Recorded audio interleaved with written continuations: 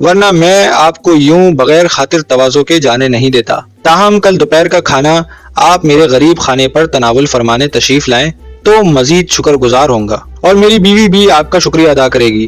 مجھے لادو کمرے کہتے ہیں۔ بہت خوب موسیو امرے، میں آپ کے ارشاد کی تعمیل میں دوپہر کو حاضر ہو جاؤں گا۔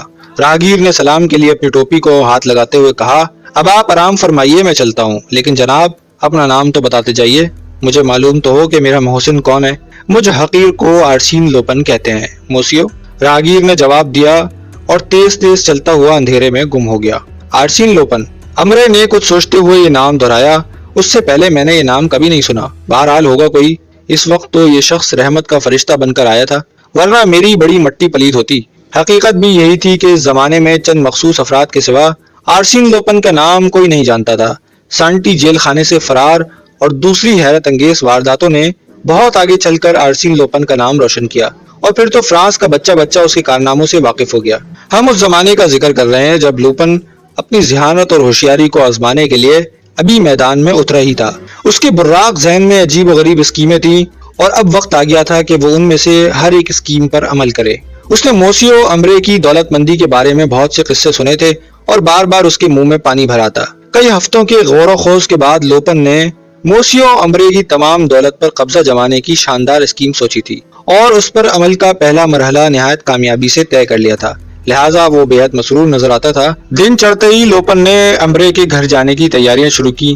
یہ تیاریاں بھی اس کی اسکیم کا ایک حصہ تھی۔ لوپن نے نہایت بوسیدہ سے کپڑے پہنے، پھٹی ہوئی پتلون جس میں نہایت صفائی سے پیوند لگائے گئے تھے، قمیص کی آستین ڈھیلی ڈالی، کف اور کالر میل کچیل میں اٹے ہوئے۔ اس نے اپنا حلیہ ایسے آدمی کا بنایا جو بظاہر شریف ہو لیکن جس کی مالی حالت خراب ہو چکی ہو، اور وہ اس کے باوجود اپنی سفید پوشی کا بھرم قائم رکھنا چاہے۔ لوپن ان دنوں ماؤنٹ مارٹ کی آبادی کے ایک چھوٹے سے مکان میں رہتا تھا۔